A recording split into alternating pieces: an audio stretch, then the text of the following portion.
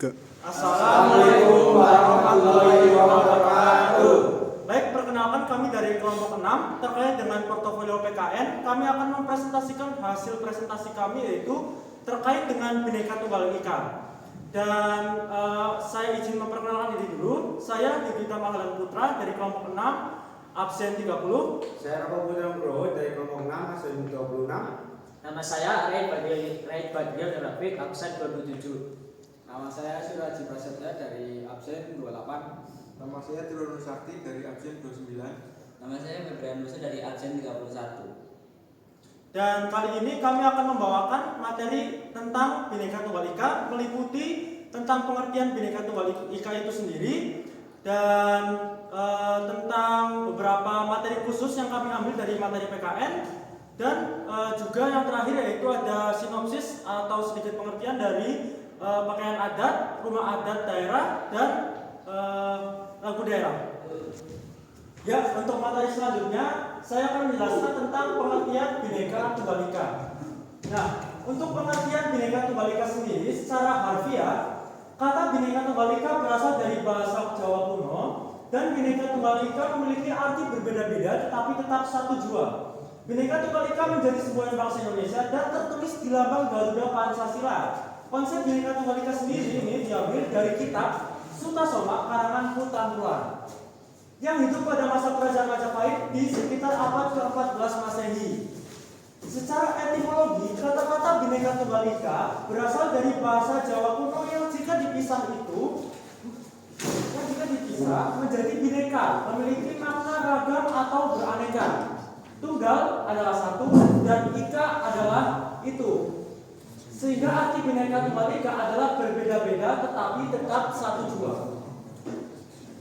Maknanya, dengan jiwa dan semangat bangsa Indonesia mengakui realitas bangsa yang majemuk, antara lain suku, bahasa, agama, ras, golongan, dan lain-lain. Namun tetap menjunjung tinggi persatuan. Selanjutnya dalam fungsi Bhinneka Tunggal Ika, 1. Menciptakan dan menjaga persatuan Republik Indonesia. 2. Membangun kehidupan nasional yang toleran. 3. Sebagai rambu peraturan dan kebijakan negara. 4. Membantu mewujudkan cita-cita leluhur bangsa. Yang 5. Membentengi perdamaian Indonesia. Baik, jadi materi khusus yang kita ambil yaitu perekonomian Indonesia. Apa itu ekonomi? Ilmu yang mempelajari bagaimana cara manusia untuk memenuhi kebutuhan hidup mereka dengan menggunakan sumber daya yang tersedia. Segala bentuk usaha dan upaya manusia dalam memenuhi kebutuhan hidup tersebut dalam rangka untuk mendapatkan kesejahteraan hidup. Menurut para ahli yang kita ambil yaitu Richard Gibson. Menurut Richard Gibson, ilmu ekonomi adalah ilmu yang mempelajari tentang upaya pemanfaatan sumber daya yang terbatas dan langkah dalam rangka memenuhi kebutuhan manusia yang jumlahnya tanpa batas. Oke, selanjutnya ini adalah materi sejarah ekonomi. Sejarah ekonomi Indonesia terbentuk atas lokasi geografisnya yang terletak di antara persilangan samudera dan benua dunia, sumber daya alam yang melimpah berupa hasil dari dan bumi serta penduduk yang tinggal di penjuru. Pengelolaan yang membentuk dasar dari perkembangan negara Indonesia. Munculnya kontak dengan perdagangan internasional melalui mitra asing yang datang untuk berdagang juga ikut berperan penting dalam perkembangan Indonesia berupa kedatangan pedagang dari India, Cina, Arab, dan Eropa yang ikut mengeksplorasi Ada prinsip ekonomi. Yang pertama ada prinsip ekonomi konsumen. Konsumen adalah pihak atau orang yang menggunakan jasa atau produk dengan tujuan memenuhi kebutuhannya. Konsumen hanya akan menggunakan produk tanpa menjual kembali produk yang dia beli kepada pihak-pihak tertentu. Terus yang kedua ada prinsip ekonomi produsen. Produsen sering diartikan sebagai pengusaha yang menghasilkan barang atau jasa, termasuk jalannya membuat, grosir, transit, dan pengecat profesional, yaitu setiap orang atau badan yang berperan dalam penyediaan barang atau jasa hingga sampai ke tangan konsumen. Selanjutnya ada isu dan masalah ekonomi. Kepala negara mengungkapkan sebenarnya ia ingin harga BBM dalam negeri tetap terjangkau.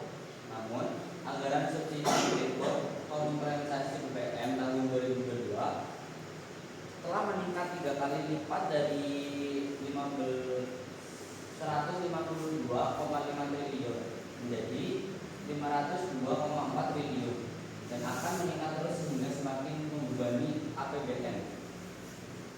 Terus masalahnya ada yang pertama, masyarakat kekurangan sangat berdampak besar dan kenaik. Langsung berapa modal? Baik. Masalah yang pertama, dan masyarakat kekurangan sangat berdampak besar pada kenaikan BBM. Untuk solusinya yaitu mengurangi pengeluaran konsumtif dengan melatih diri membiasakan budaya hemat. Yang kedua, usaha mengurangi kegiatan keluar rumah atau urusan yang tidak penting. Dan yang terakhir, menggunakan moda transportasi non BBM, misalnya sewaktu-waktu bisa dengan bersepeda atau berjalan kaki bagi yang masih kuat dan bugar. Ya, untuk poin selanjutnya yaitu lagu daerah.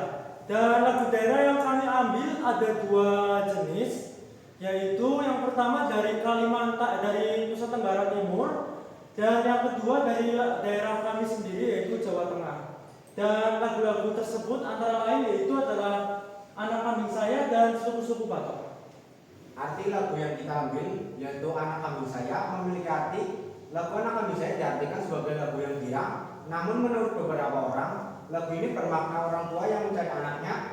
Kegirangan dalam lagu ini mengartikan tentang kebersamaan dan persahabatan anak dengan orang tua. Lagu ini berbentuk bagaikan sebuah sisi tanya jawab. Yang kedua itu ialah arti lagu Suku-Suku Batok. Syair atau tembang Suku-Suku Batok merupakan salah satu gendingan Jawa yang digunakan oleh Wali Songo untuk sinar agama Islam.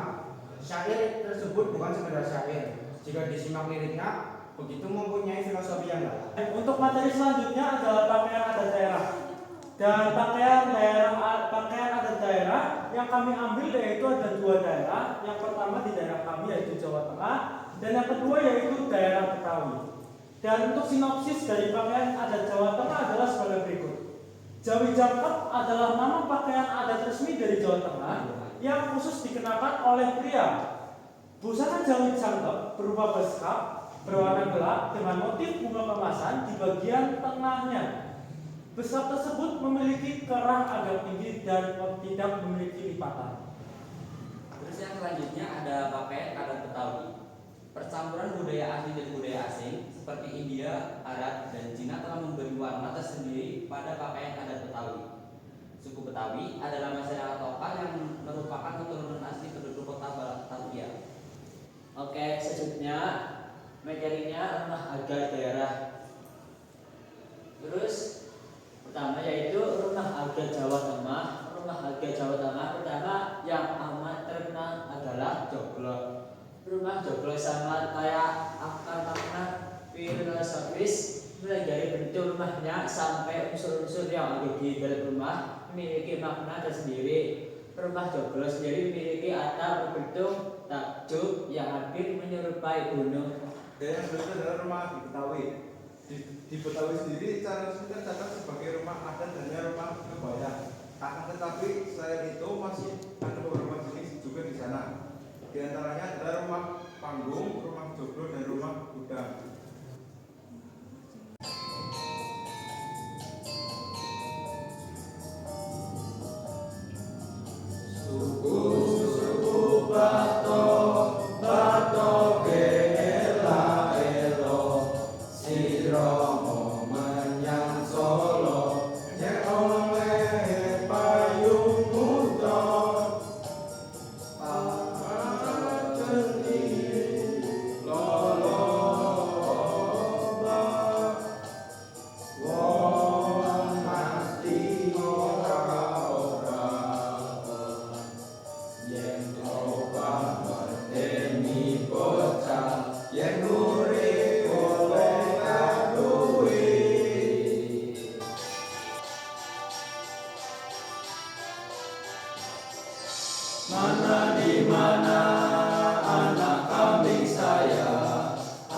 Kambing Tuhan ada di pohon waru.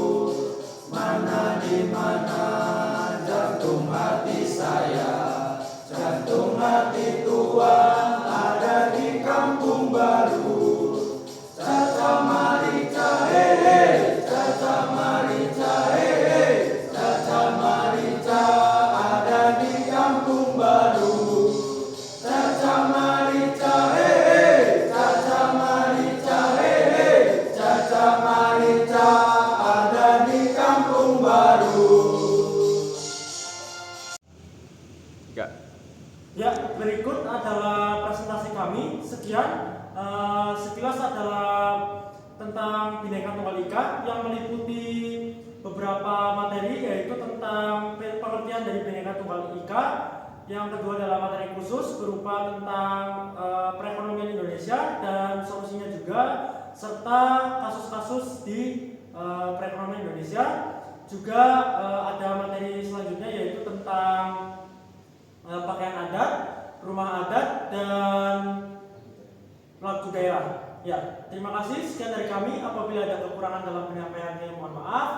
Kurang lebihnya, terima kasih. Assalamualaikum warahmatullahi wabarakatuh. Waalaikumsalam.